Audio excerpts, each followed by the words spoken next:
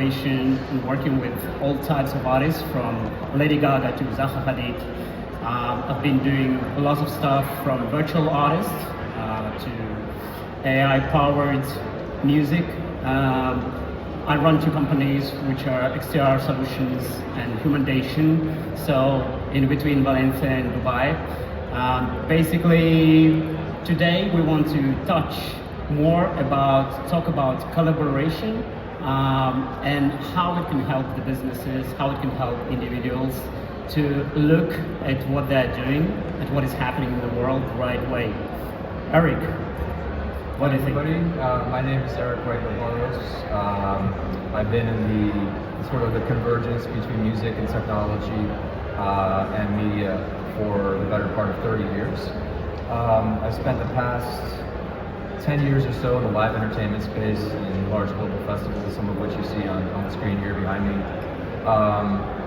Most recently, I co-founded a music Web3 platform called Record Shop, which is that logo, that's my photo there, about a year and a half ago. And that was sort of the NBA Top Shot for music, for electronic dance music specifically. And today I'm the CEO of a company called Fold Artists, that is a Web3 music company that is still kind of in stealth mode. And yeah, glad to be here with everybody today and joining Michael on stage. I think this is going to be more of a quick conversational session of sort of some insights and observations and predictions that we see at a very kind of high level of, as Michael said, the intersection between Web3 technologies and art, music, and other media forms. So with that, Michael, maybe you can start maybe some interesting case studies that you've seen over the past few years that have impressed you. Maybe you can share with myself and the audience. That'd be great.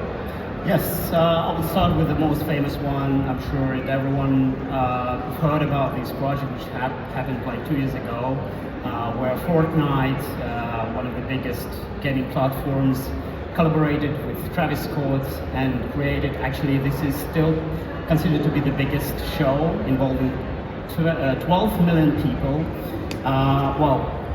Travis got 20 million for that. That was very interesting collaboration in a form of how it was performed, but actually triggered a lot of artists to go into metaverse. And this kind of collaboration really inspire. Like next one was Ariana Grande, and that showed fantastic potential. Of course, just because artists didn't need to travel, but of course they needed to invest a lot into production together with such companies as Fortnite.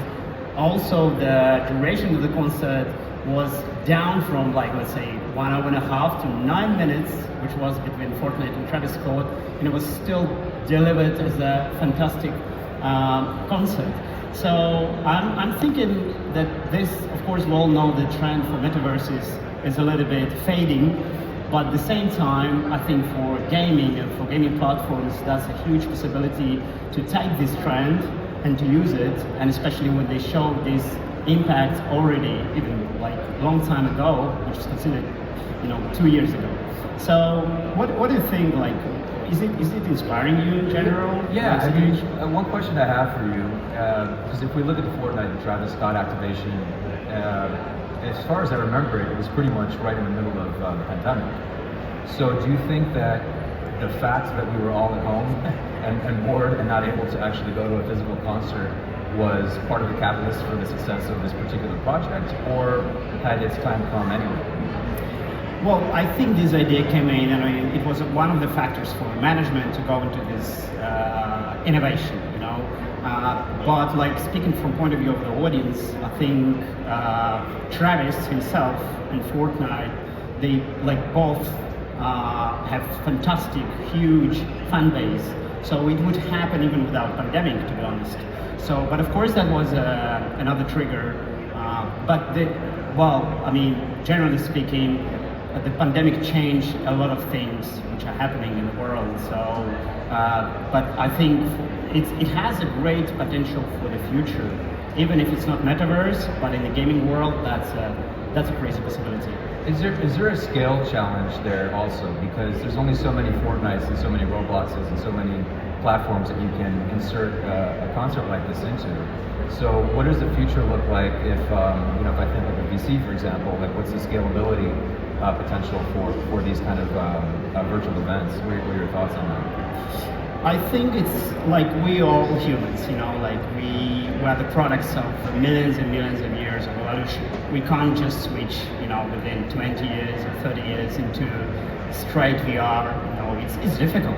So I think we're talking about more hybrid events or hybrid concerts where both could join and merge together and create, well, let's say, some kind of a collaboration between genre,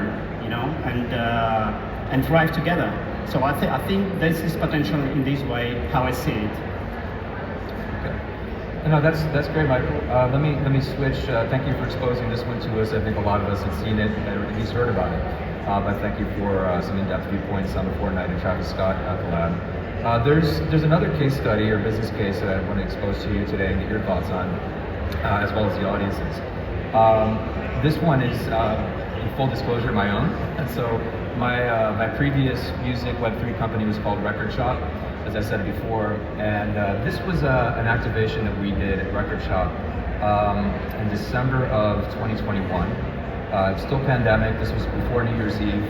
The activation was this, and I'd like to hear what you think about this, because this to me represents IRL crossover, in real life crossover from a digital experience into in real life. And the way we did it with Record Shop, which was a music NFT platform, was we created a series of music collectibles, right? NFTs, let's call them, blockchain-based music collectibles, all from German artists.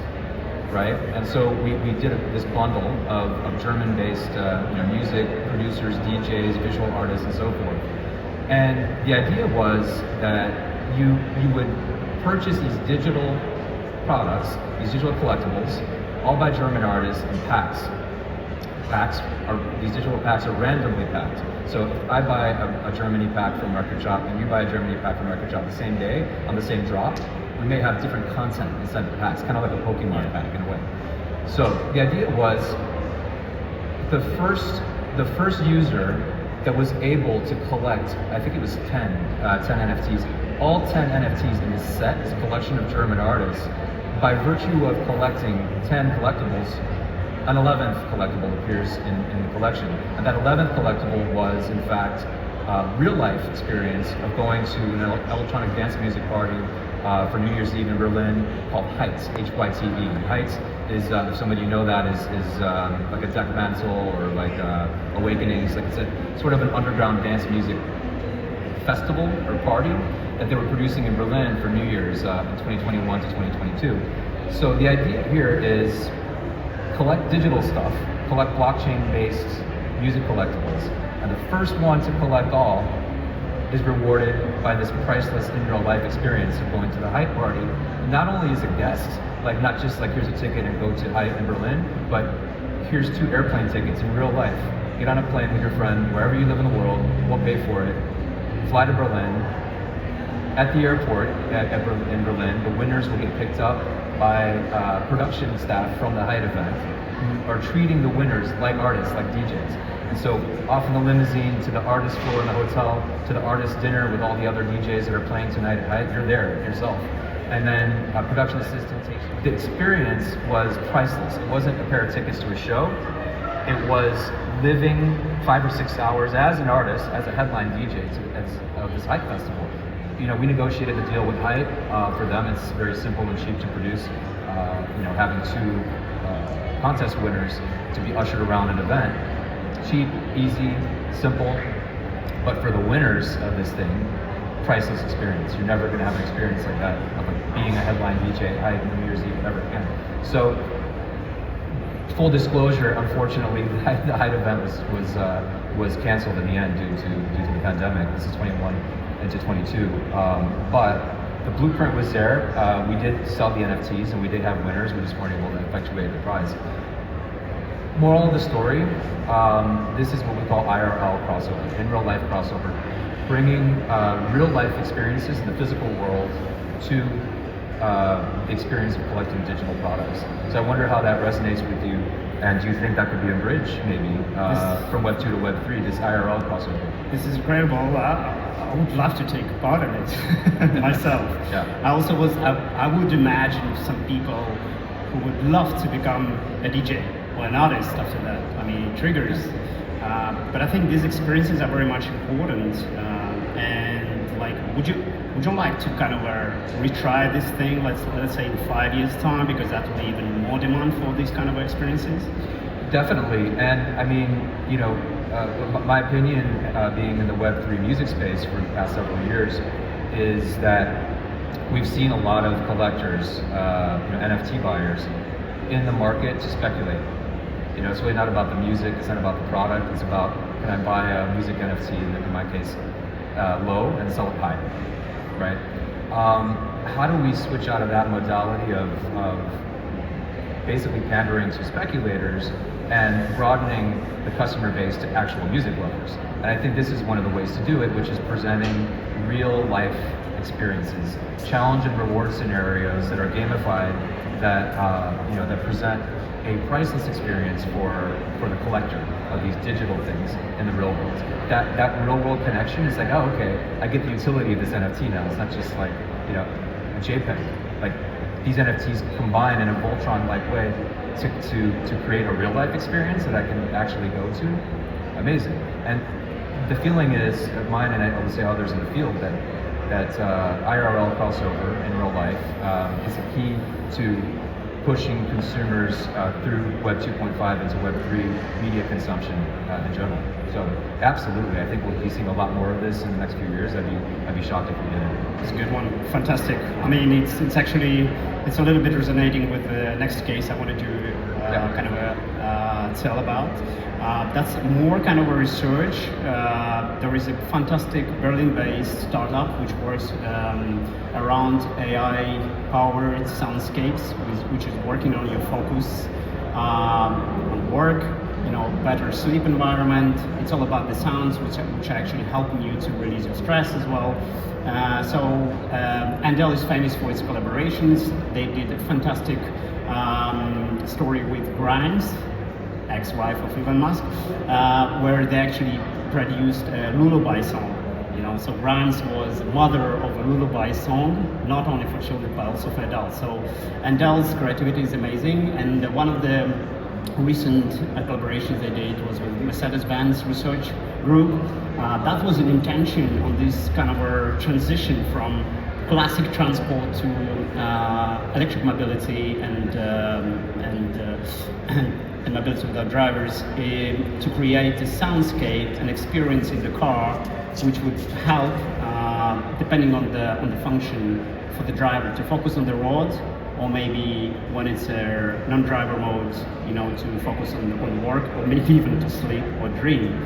And this is amazing with this technology. Like, I don't know how many of you are trying, you know, soundscapes and sounds to improve their well-being, but I think there is a lot to understand and to try, and it's great that this collaboration are happening between such brands as Mercedes-Benz and Andel. You know, I mean, I'm really a big fan of Andel actually. Two questions on this model, Michael. Thank you for exposing this one.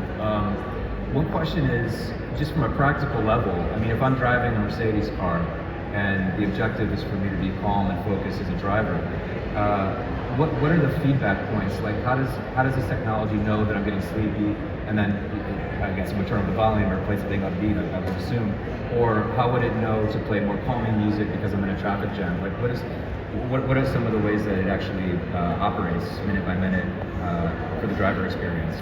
Well, first of all, I think like a lot of you might drive the cars which actually can already detect if you are tired or if you drive a little bit different. So the cars already know that you need a cup of coffee or a sleep.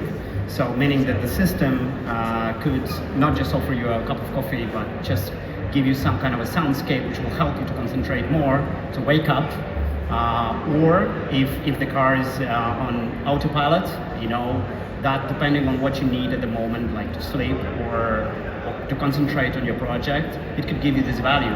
And this is fantastic because, I mean, the sounds were always parts of our life. I mean, and millions of years ago, it was still playing, like it's important for us to hear what's happening around.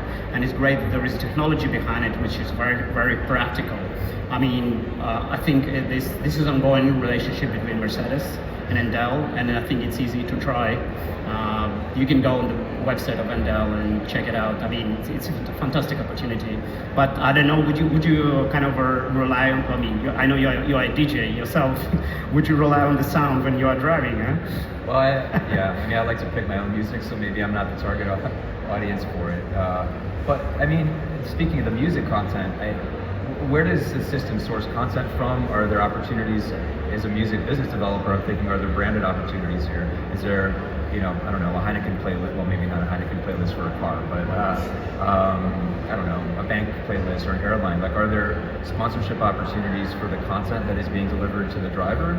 Or are there placement opportunities for specific artists and labels? Would be another question I would have in a system like this, because to me, I see this as as a music distributor and producer, and sometimes label person myself in my past, I would see this as a distribution method to get more music into more ears, to license more content. Is that a possibility? Well, for a brand like Mercedes-Benz, it's additional value. I mean, within this world of so many competitors, we know that in China, I think like every week there is a new auto brand coming in with like lots AI, design, etc., autopilots. So you need to do something different. So I literally think that the sound is like, because Endel are a very professional studio and startup which is like for a long time on the market, I think it's important that you do something different, and especially it's great when Mercedes-Benz is paying attention to it. I really love there is actually a research group behind the project, so it shows that they have interest in going further and to do some innovation, and in this form collaboration is a fantastic thing. So maybe you have another case of from your field, from your experience, related to this? Something so to segue off the music piece and artificial intelligence folks, I've been pretty fascinated. I'm sure this has been covered quite a bit, either today or tomorrow here at the conference in much more depth than this is. But just to quickly expose at a very beginner level, these AI generative music platforms, some of which you see here on the screen, are blowing my mind. I mean, as a music producer myself, I was just last night playing around with Boomi and generating music, at home, and it's getting there. I mean, this is music that is being generated on the fly by an AI algorithm in various genres, given various input. You tell the app or the algorithm what BPM, what style, what timbre of music to generate. It kind of thinks for 20 seconds and spits out a piece of music that's never been heard before. That to me is pretty mind-blowing. Not because I'm going to go buy an album of AI generated music anytime soon, but I think the use case here is just licensing royalty-free music, your use of royalty-free music for small stuff, for TikTok posts or YouTube posts. I mean, how many times have you posted something on Instagram or YouTube only to find that you get that email that says, "Oh, the music's been copyrighted," and then the volume of the song that you had put in that video is now muted, right? That's for me, that's like 1 out of 2 times. It's 50-50 that happens.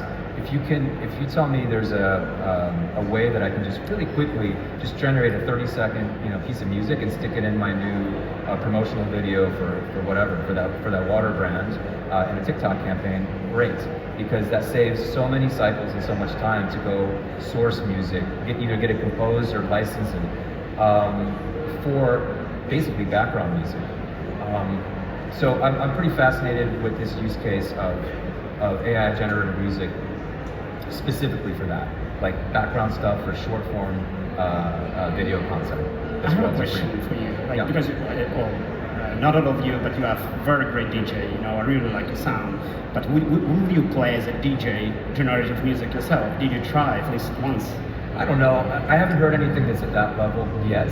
That sounds like a human made it, to be honest. I mean, maybe IVA Technologies is pretty interesting. They do, their AI makes classical music that sounds pretty damn convincing. As a DJ, probably not, but that's going to change. I mean, a year from now, the quality is going to go up. There are going to be several versions higher on all these platforms, and the development will continue exponentially to the point where my guess, so here's a prediction. Prediction would be that as far as AI generated music, I think at some point there's going to be a premium on human music. Like a stamp that says this song is verifiably made by a band, or a human producer, and will command a higher economic premium than one that was generated by an AI in 30 seconds or 30 hours or whatever it is. That could be the short-term future.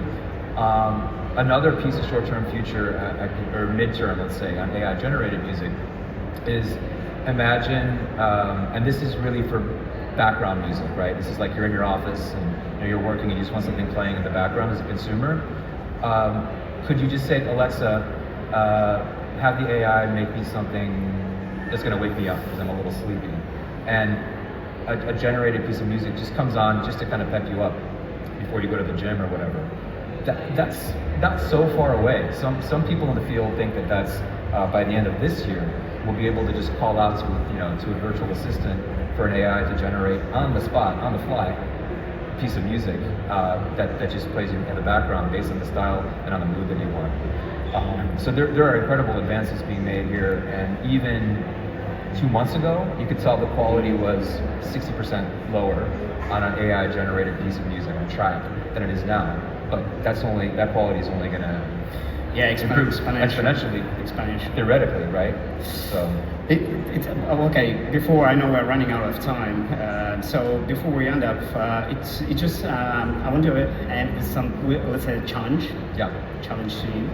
I know the TNW is coming next year to Valencia one more time, and what if we have so many people here, so they all will hear it. What if we create a back-to-back DJ set between you, Eric, and artificial intelligence? Sure. With AI-generated music, huh? Sure, and try to spot the ones that are human-made and the tracks that are AI-made. But at that point, a year from now, could be an interesting challenge. I'm up for that. Absolutely. Yeah. Absolutely. Yeah. Well, we actually plan to share with you so many different other cases, and I know the time actually ran out, but we'll be happy to meet with you, around here and to discuss this further.